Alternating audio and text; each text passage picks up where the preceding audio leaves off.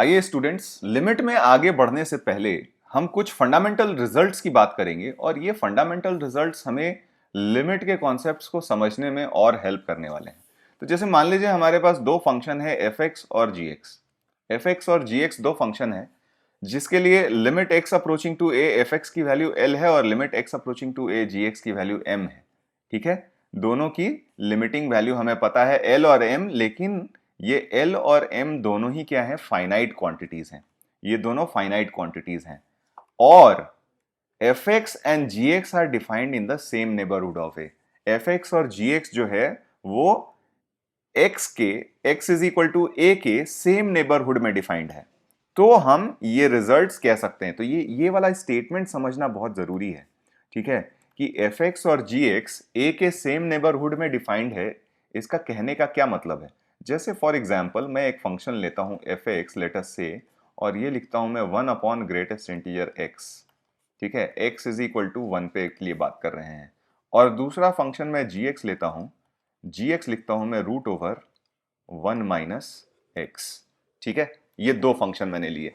अब आप अगर देखोगे x is equal to one की अगर हम बात करें, ठीक है, तो ध्यान से देखो x is equal to one के करस्पॉन्डिंग जो हमारे पास आ रहा है, तो ये वाला पार्ट फंक्शन एफ एक्स के लिए अगर हम देखते हैं तो वन प्लस तो हमारा ठीक है, वन प्लस पे हमारा फंक्शन डिफाइंड रहेगा, लेकिन वन माइनस वाला जो पार्ट है वो हमारे डोमेन में ही नहीं है। यानी इसका नेबरहुड जो है, नेबरहुड को शॉर्ट में एनबीडी बोल देता हूं मैं, इसका नेबरहुड है x is equal to one पे वन प्लस। वन प्लस कहने का मतलब वन या फिर वन से बड़ा। ठीक है, इसका नेबरहुड हम वन प्लस देख रहे हैं। लेकिन जीएक्स की अगर हम बात करें तो जीएक्स में अगर वैल्यू आप वन से ज्यादा ले लोगे तो फिर अगेन वो उसके डोमेन में नहीं आएगा, क्योंकि जीएक्स के लिए तो हमारे पास एक्स की वैल्यू क्या होनी चाहिए, less than equal to one होनी चाहिए। तो इसका अगर हम नेबरहुड देखें तो ये वन माइनस है। ठीक है, तो दोनों फंक्शंस के नेबरहुड अलग अलग हैं। ठीक है, तो इन दोनों फंक्शन पे हम ये प्रॉपर्टीज, ये फंडामेंटल रिजल्ट्स नहीं लगा सकते। ठीक है, तो इसके लिए सबसे इंपॉर्टेंट पार्ट यही है कि आपका फंक्शन एफ एक्स और फंक्शन जी एक्स दोनों ही सेम नेबरहुड में डिफाइन होने चाहिए। तो आपके दिमाग में अगर ये सवाल आ रहा है कि इनकी लिमिटिंग वैल्यू क्या होगी वन पे, तो अगर हम एफ एक्स की बात करें और अगर हम आपसे सिर्फ पूछते कि limit x approaching to one f x की वैल्यू क्या होगी, तो ये वैल्यू हमारी वन होगी। ठीक है, तो यहां पे अगर हम बात करेंगे तो एक्स का सिंस हमारे पास नेबरहुड था वो वन प्लस ही था, तो यहां पे हमारे इस केस में हमारा आरएचएल ही एग्जिस्ट करेगा। यानी ये वन साइडेड लिमिट हो जाएगा, अब सिर्फ इसका वन साइडेड लिमिट। ठीक है, इसमें क्या है, एलएचएल की हम बात नहीं करेंगे क्योंकि एलएचएल के करस्पॉन्डिंग हमारे पास वन माइनस में डोमेन में कोई पॉइंट ही नहीं है। तो याद करो हमने बताया था नेबरहुड का डेफिनेशन, ठीक है, या लिमिट पॉइंट का डेफिनेशन हमने बताया था कि आपके पास x is equal to a के नेबरहुड में कम से कम एक पॉइंट होना चाहिए जो फंक्शन के डोमेन में लाई करे। ठीक है, यहां पे अगर आप देखते हो कि वन के लेफ्ट में ऐसा कोई भी पॉइंट नहीं है जो फंक्शन के डोमेन में राइट करे, तो यहां लाई करे, तो यहां पे जो भी हमारा लिमिट डिफाइंड होगा वो सिर्फ आरएचएल डिफाइंड होगा। ठीक है, सिमिलरली अगर आप इस वाले जीएक्स फंक्शन की बात करते हो, ठीक है, आप अगर जीएक्स फंक्शन की बात करते हो तो जीएक्स के बारे में अगर हम चर्चा करें, ठीक है, तो इसकी अगर हम बात करेंगे तो ये देखो इसका अब राइट नेबरहुड डिफाइंड नहीं है। तो राइट नेबरहुड नहीं डिफाइन है, तो अगर हम पूछें कि limit x approaching to one g x की वैल्यू क्या होगी, तो x approaching to one g x की वैल्यू आपकी जीरो ही होगी। ठीक है, लेकिन इस केस में सिर्फ आपका एलएचएल ही डिफाइंड होगा, क्योंकि आरएचएल के करस्पॉन्डिंग आपके पास कोई पॉइंट ही नहीं है जो आप फंक्शन के या जीएक्स के डोमेन में डाल सको। ठीक है, तो जब भी हम लोग बात करेंगे लिमिट की, हम डोमेन के अंदर के पॉइंट्स में ही बात करेंगे। ठीक है, ओके। हमारे पास, हाँ, ये अगर आप देखो तो x is equal to one हमारे डोमेन में लाई करे या नहीं करे इससे कोई फर्क नहीं पड़ता, और ये हमने लिमिट पॉइंट के डेफिनेशन में भी देखा था कि लिमिट पॉइंट हमारे डोमेन के अंदर लाई करे ऐसी कोई जरूरत नहीं है हमें। ठीक है, हाँ, लेकिन उसके नेबरहुड में कम से कम एक पॉइंट ऐसा होना चाहिए जो हमारे क्या हो, फंक्शन के डोमेन में लाई करे, या तो राइट नेबरहुड में या फिर लेफ्ट नेबरहुड में। ठीक है, तो चलिए अब हम अपने रिजल्ट्स पे आते हैं। तो रिजल्ट्स ये कहता है कि अगर मान लीजिए एफ एक्स और जी एक्स आपके दो फंक्शंस हैं और दोनों की लिमिटिंग वैल्यू आपको एल और एम पता है, एल और एम दोनों ही फाइनाइट क्वांटिटीज हैं और दोनों functions x is equal to a के सेम नेबरहुड में डिफाइंड है, ठीक है। तो इस केस में आपके पास पहला रूल जो हो जाता है वो कहता है कि limit x approaching to a के एफ एक्स, जहां k कोई भी एक कांस्टेंट है, k क्या है, कांस्टेंट है, तो हम क्या कर सकते हैं, उस कांस्टेंट को लिमिट के बाहर निकाल सकते हैं, ठीक है। और हमारे पास हो जाएगा result k into limit x approaching to a f x is equal to k l. तो इसको हम लोग बोल देते हैं constant multiple rule, constant multiple rule, ठीक है। फिर सेकंड रूल हमारा कहता है कि अगेन अगर हमारे पास एफ एक्स और जी एक्स के फाइनाइट लिमिट है, तो limit x approaching to a f x plus minus g x, या तो प्लस जी एक्स ले लो या फिर माइनस जी एक्स ले लो, तो इसमें भी अगर ये दोनों ही लिमिटिंग वैल्यूज फाइनाइट हैं तो हम क्या कर सकते हैं, लिमिट को अलग अलग कर सकते हैं। तो इसको हम लोग कह सकते हैं सम या फिर डिफरेंस रूल, ठीक है, सम या फिर डिफरेंस रूल, ठीक है। सिमिलरली अगर आपके पास एफ एक्स और जी एक्स के, ठीक है, फाइनाइट लिमिट्स हैं और दोनों फंक्शन प्रोडक्ट में हैं, तो इनको हम क्या कर सकते हैं, अगेन सेपरेट सेपरेट कर सकते हैं। तो ये हमारा क्या हो जाएगा, मल्टीप्लिकेशन रूल, ठीक है, या फिर इसको हम लोग प्रोडक्ट रूल भी कह सकते हैं। तो ये हमारा हो जाएगा प्रोडक्ट रूल, ठीक है। और अगेन कोशेंट के बारे में बात की जा रही है, तो यहां पे बस आपको ये इंश्योर करना है कि ये m की वैल्यू क्या नहीं होनी चाहिए, जीरो नहीं होनी चाहिए, यानी gx की जो लिमिटिंग वैल्यू क्या नहीं होनी चाहिए, वो जीरो नहीं होनी चाहिए। तो इन दिस केस हम again f x upon g x की अगर लिमिटिंग वैल्यू निकाल रहे हैं x is equal to a पे, तो इनकी सेपरेटली ये वैल्यूज निकाल सकते हैं, limit f x limit x approaching to a f x upon limit x approaching to a g x की वैल्यू। तो इसको हम लोग क्या कह देंगे, कोशेंट रूल, ये हमारा हो जाएगा कोशेंट रूल। तो ये कुछ रूल्स हैं, अगर ये रूल्स हम ध्यान देंगे तो हमें क्वेश्चन करने में काफी आसानी होगी। तो इन रूल्स के साथ साथ ही कुछ ऐसे पॉइंट्स हैं जो अगेन हमें काफी हेल्प करने वाले हैं लिमिट की अंडरस्टैंडिंग को आगे बढ़ाने के लिए। तो कुछ इंपॉर्टेंट नोट्स हम लोग लिखेंगे, ठीक है, कुछ इंपॉर्टेंट नोट्स लिखेंगे और ये नोट्स हमारे लिए बहुत काम के होने वाले हैं।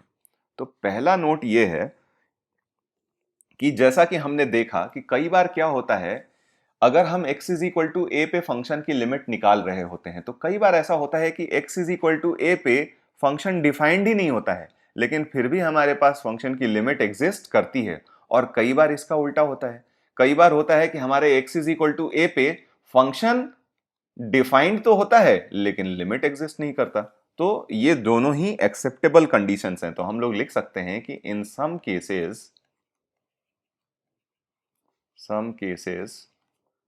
function is defined at x is equal to a, but limit does not exist,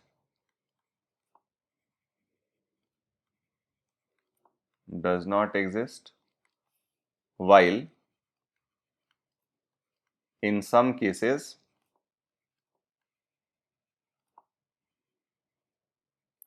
function is not defined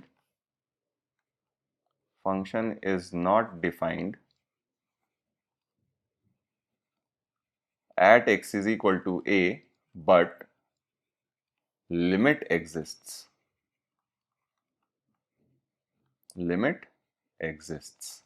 ठीक है। Function x is equal to a पे डिफाइंड नहीं है, लेकिन हमारा क्या होता है, लिमिट एग्जिस्ट करता है, ठीक है। सिमिलरली सेकेंड पॉइंट अगर हम बात करते हैं कि जब भी हम बोलते हैं कि x अप्रोचिंग टू ए, तो इसका मतलब ये बिल्कुल नहीं होता है कि x इज इक्वल टू ए, ठीक है, x इज इक्वल टू ए नहीं होता है। कभी भी हम x की एब्सोल्यूट वैल्यू a नहीं रखते। अब आप ये डाउट कर सकते हो कि सर हमने कई बार लिमिट्स के, जैसे मान लीजिए हमें लिमिट x अप्रोचिंग टू 3, ठीक है, x प्लस 5 की ही वैल्यू निकालनी है, तो हम यहाँ पे वैल्यू लिख देते हैं 8। तो आप बोलोगे कि सर आपने तो यहाँ पे डायरेक्ट 3 की वैल्यू, x की वैल्यू 3 रख दी और वैल्यू निकाल ली 8। नहीं, एक्चुअली हमने x is equal to 3 exactly नहीं रखा है। हमें तो क्या देखना है कि ये 3 के आजू बाजू वैल्यू कहाँ को अप्रोच कर रही है। तो 3 से जस्ट स्मॉल क्वांटिटीज आप रखते जाओगे, 2.9, 2.99, 2.999, 2.99999। तो ये देखोगे तो ये वैल्यू 8 की तरफ ही तो अप्रोच कर रही होगी। सिमिलरली 3 के राइट में आप अगर वैल्यू रखते हो, जैसे 3.1, 3.01, 3.001, 3.0000001, तो फिर से देखोगे तो ये वैल्यू किधर को अप्रोच कर रही है, 8 को अप्रोच कर रही है। ठीक है, तो यहाँ पे हम एग्जैक्टली 3 रख नहीं रहे, हाँ, लेकिन यहाँ पे वैल्यू निकालने के लिए आप एक तरीके से देख रहे हो कि आप 3 रख रहे हो तो ये इनडिटर्मिनेट फॉर्म है ही नहीं। ठीक है, तो इनडिटर्मिनेट फॉर्म अगर नहीं है तो हम अपने लिमिट पॉइंट को सीधे सीधे फंक्शन में सब्स्टिट्यूट कर सकते हैं और वहां से वैल्यू निकाल सकते हैं। लेकिन इसका ये मतलब बिल्कुल भी नहीं है कि हमने x को एग्जैक्टली 3 पे ले गए। ठीक है, एग्जैक्टली 3 पे हम नहीं ले जाते हैं कभी भी। ठीक है, तो ये याद रखना आप कि अगर हमने बोला है x अप्रोचिंग टू a, तो इसका मतलब हम ये बिल्कुल नहीं बोलते कि x की वैल्यू इक्वल टू a हो गई है। ठीक है, तीसरा और सबसे इंपॉर्टेंट पॉइंट है कि अगर हम बोलते हैं कि लिमिट, इसको मैंने पहले भी बताया है आपको कि x approaching to a f x की वैल्यू अगर मान लीजिए l है। ठीक है, इसका मतलब ये है कि एफ एक्स की वैल्यू l को अप्रोच करती है व्हेन x की वैल्यू a को अप्रोच कर रही होती है। ठीक है, एफ एक्स की वैल्यू l को अप्रोच करती है जब x की वैल्यू कहां को अप्रोच कर रही होती है, a को अप्रोच कर रही होती है।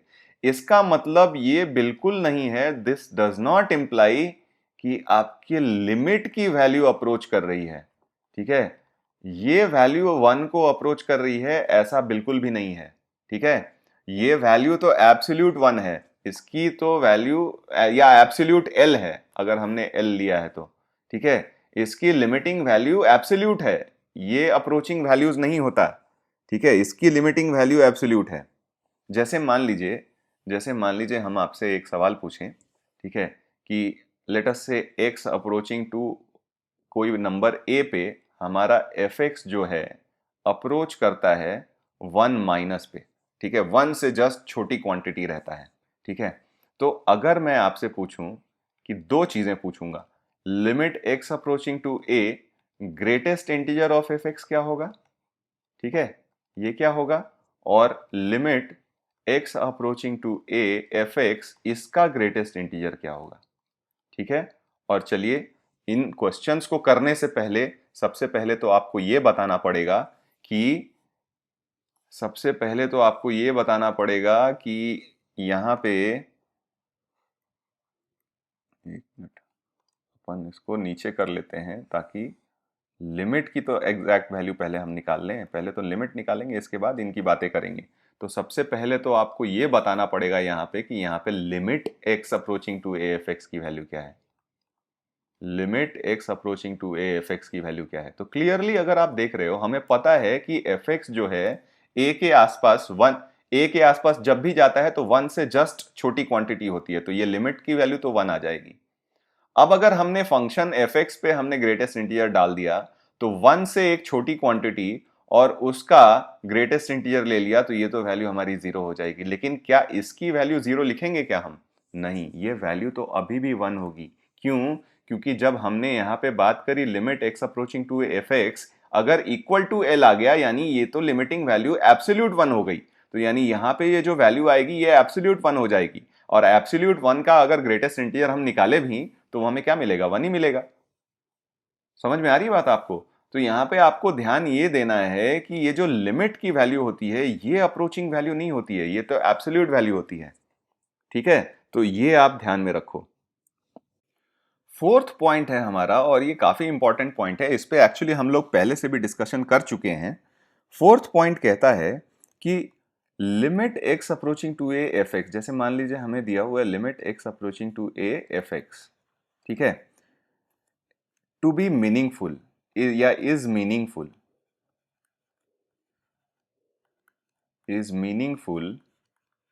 if is meaningful if fx is defined f x is defined, ठीक है, f x is defined in at least one neighbourhood, at least one neighbourhood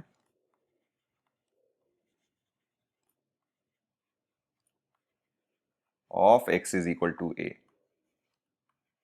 जैसे थोड़ी देर पहले हमने एफ एक्स और जी एक्स वाले फंक्शन का example one upon fraction greatest integer x और root over x minus one का देके हमने निकाला, ठीक है, कि कम से कम एक नेबरहुड में तो इनका डेफिनेशन एग्जिस्ट करना चाहिए, ठीक है। ऐसा नहीं है कि इसका दोनों ही नेबरहुड में कोई पॉइंट नहीं हो, यानी दोनों ही नेबरहुड में हमारे डोमेन में कोई डोमेन का कोई भी पॉइंट इनके दोनों ही नेबरहुड में नहीं हो, तो फिर हमारे limit x approaching to a f x ये एक्सप्रेशन लिखना ही मीनिंगफुल हो जाएगा। जैसे मैं एग्जाम्पल से आपको समझाता हूं। जैसे मान लीजिए हमने लिखा limit x approaching to 0 square root of x, ठीक है, तो हम देख रहे हैं कि 0 माइनस वाला यानी लेफ्ट हैंड नेबरहुड तो हमारा डिफाइंड नहीं है, लेकिन राइट हैंड नेबरहुड तो डिफाइंड है, तो इसकी वैल्यू हमारी क्या हो जाएगी, 0 हो जाएगी, and that will be in the right hood neighbourhood of x is equal to 0। तो इसका RHL डिफाइंड होगा, LHL हमारे डोमेन में है ही नहीं, तो हमारी अभी भी लिमिट की वैल्यू क्या हो जाएगी, 0 हो जाएगी, ठीक है। सिमिलरली अगर हम बात करते हैं लिमिट x अप्रोचिंग, ठीक है, 0, ठीक है, one upon greatest integer x, इसकी बात कर लेते हैं, ठीक है। तो अब देखोगे कि 0 माइनस वाला आपका डोमेन नेबरहुड डिफाइंड है, क्योंकि 0 माइनस वाला आपके फंक्शन के डोमेन में लाई करेगा, लेकिन 0 प्लस वाला पार्ट आपके फंक्शन के डोमेन में नहीं लाई करेगा, क्योंकि उसके लिए आपकी वैल्यू हो जाएगी 1 अपॉन एब्सोल्यूट 0, और 1 अपॉन एब्सोल्यूट 0 तो कभी भी डिफाइंड ही नहीं है। तो यहां पे इसकी वैल्यू हो जाएगी -1, लेकिन ये किसकी वजह से डिफाइंड हो रहा है, लेफ्ट हैंड लिमिट की वजह से डिफाइंड हो रहा है। तो मतलब ये आप याद रखो कि आपके कम से कम एक नेबरहुड में तो हमारा फंक्शन क्या होना चाहिए, डिफाइंड होना चाहिए, ठीक है, तभी जाके हम लिमिट की मीनिंगफुल वैल्यू बोल सकते हैं। और आखिरी पॉइंट, फिफ्थ पॉइंट, जब हम बात करें, जैसे मान लीजिए एक लिमिट की बात करें, limit x approaching to a, ठीक है, root over x minus a और plus root over a minus x, ठीक है, ये फंक्शन हम ले लेते हैं। तो अगर आप यहां ध्यान से देखोगे तो इस फंक्शन का तो डोमेन में एक ही पॉइंट आ रहा है, इसको डिफाइन होने के लिए root over x minus a को डिफाइन होने के लिए x की value greater than equal to a होनी चाहिए, और यहां से डिफाइन होने के लिए x की value less than equal to a होनी चाहिए। यानी साइमल्टेनियसली अगर दोनों एक्सप्रेशंस को डिफाइन होना है तो हमारे डोमेन में तो सिर्फ एक ही पॉइंट आया, यानी ये तो x is equal to a isolated point हो गया हमारा, ठीक है। यहां पे अगर हम ध्यान से देखें, सिंस हमने ये डेफिनेशन पढ़ रखा है, तो हम क्लियरली बोल सकते हैं कि x is equal to a is an isolated point, ठीक है। और आइसोलेटेड पॉइंट पे तो हम लोग क्या करते हैं, आइसोलेटेड पॉइंट पे हम लोग लिमिट की बात ही नहीं करते हैं, यानी this statement will become meaningless, क्योंकि हमने अभी अभी बात करी थी कि मीनिंगफुल होने के लिए हमारे पास x is equal to a के एटलीस्ट वन नेबरहुड में हमारा फंक्शन क्या होना चाहिए, डिफाइंड होना चाहिए। तो यहां से जितनी भी कहानियां अभी तक हमने देखी हैं लिमिट की, वहां से एक चीज तो हम सर्टेनिटी के साथ बोल सकते हैं, और ये दावे के साथ बोल सकते हैं कि ये जो लिमिट की प्रॉपर्टी है, ये बेसिकली क्या है, पॉइंट की प्रॉपर्टी नहीं है, यानी एग्जैक्टली उस पॉइंट पे फंक्शन किस तरीके से बिहेव कर रहा है, ये चीज हम नहीं देखते लिमिट में। हम ये देखते हैं कि उस पॉइंट के नेबरहुड में क्या हो रहा है, यानी limit is a property which basically deals with the neighborhood of the point x is equal to a, not what happens at the point x is equal to a। x is equal to a पे क्या होता है उससे हमें कोई फर्क नहीं पड़ता, ठीक है। हमारे पास x is equal to a के नेबरहुड में क्या है उससे ज्यादा फर्क पड़ता है, यानी limit is a neighbourhood property, ठीक है।